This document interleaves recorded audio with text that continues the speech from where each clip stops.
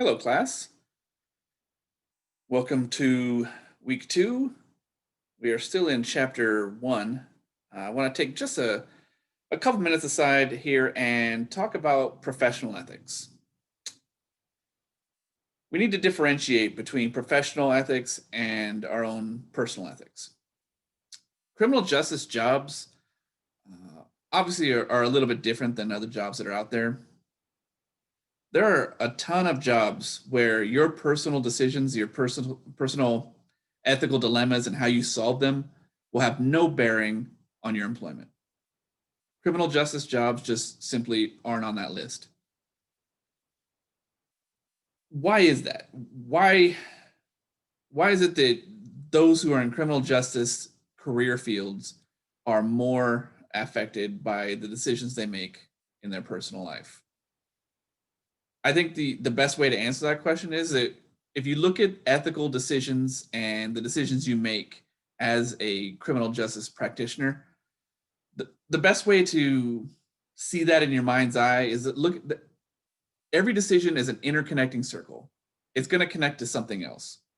If you make a decision off duty that turns out to be lacking in moral character or poor ethically, it's going to affect your job. If you make a decision on duty and you make a bad decision ethically or morally, not only is it going to affect your job and those around you, but because those who are in the criminal justice field have such power, such responsibility, those decisions can easily affect the arrestee, the defendant. If somebody's improperly arrested, now you're adversely affecting the arrestee. You're adversely affecting the prosecutor when improper information is filed in a report or is any lies are detected. The prosecutor is now faced with dealing with those. And one of the aspects that isn't commonly thought of, juries. It's such a low frequency event for somebody to be on a jury. And it's also a low frequency event for somebody to come in contact with a criminal case.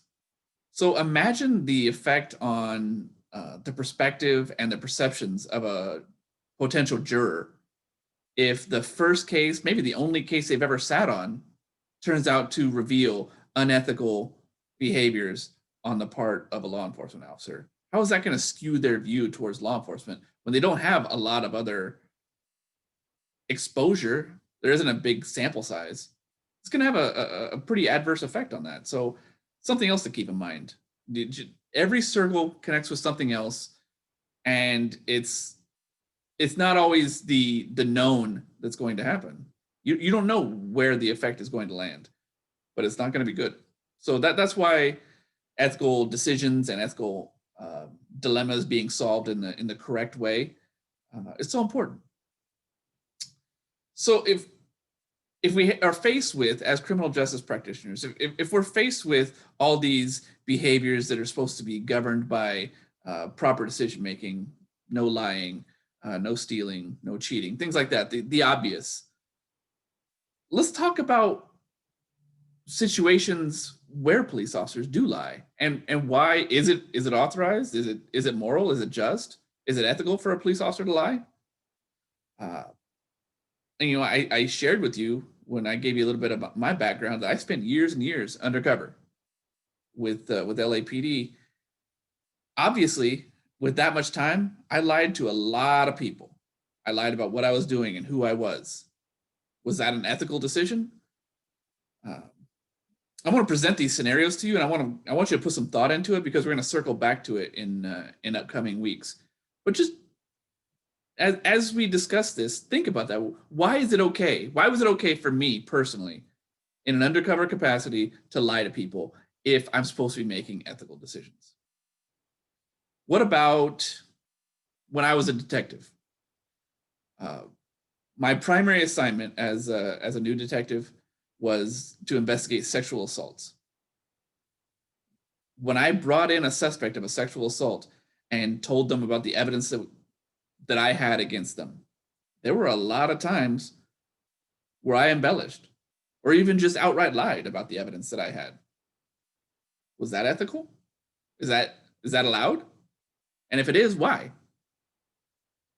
Why are police officers allowed to lie to suspects in order to uh, hopefully solicit incriminating statements? Are they? And if so, why? Those two scenarios I wanted to put some thought into because, like I said, we're going to circle back to those. Finally, I want to talk about the significance of why specifically criminal justice employees are held to such a high standard. And I think the first and maybe the most obvious is the fact that police officers, law enforcement officers in general, law enforcement officers in general are the most visible arm of government. There are a lot of folks who are going to go their entire lives never meeting a congressperson, never meeting the governor. Depending on the size of your town, you may not even ever see the mayor. And most people will never see the president, or at least not meet them. Those are all different arms of the government, different branches of the government. But you know who represents the government on a daily basis and is seen far, far more often and has far, far more personal contact with the community? That's law enforcement officers.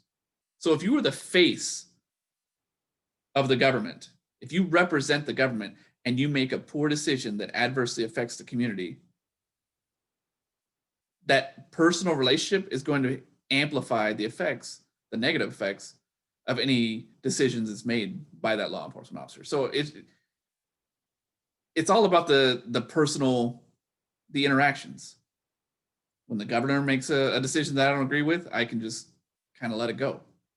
But if somebody I know wrongs me, it stings a lot more. That's why the ethical decisions that law enforcement officers make and criminal justice practitioners make are so important. That's the first part. The other part I want to talk about is the responsibility that I mentioned earlier. Law enforcement officers, specifically among those that are in the criminal justice world, law enforcement officers are given the responsibility, the power to take life and liberty. Law enforcement officers can use force to effect arrests, can hurt people. Sometimes, if deadly force is warranted, they can take people's lives. That's a huge responsibility.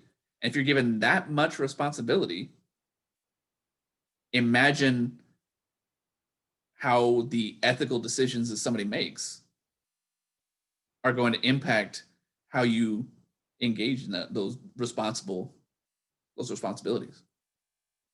Compare that to if somebody makes an unethical decision when you go to take your car in for an oil change. What is the worst that's going to happen if that employee does you wrong, makes a bad decision? You're going to lose out on some money, maybe not get the services that you paid for. Contrast that with a law enforcement officer making an unethical decision that could sometimes result in somebody dying. That's the difference between the professional ethics and the personal ethics that we talked about at the beginning. Sure, that employee at the oil change place could still kill somebody, but that'd be their personal ethical decision. They're not tasked with that as a profession. It's not their job. But law enforcement officers are given that as part of their job. The responsibility and the role that they fill says that they can take away somebody's liberties and put them in jail, or engage in even more serious decision making when it comes to using minor, major, or deadly force. So keep these things in mind as you're doing your discussion board posts. I already uploaded a little video discussing some expectations on how to write those discussion boards. So keep our discussion here in mind. Also, if you're going to cite this video, make sure you cite it properly. There are plenty of resources out there that will show you how to cite YouTube videos or videos in general and lectures.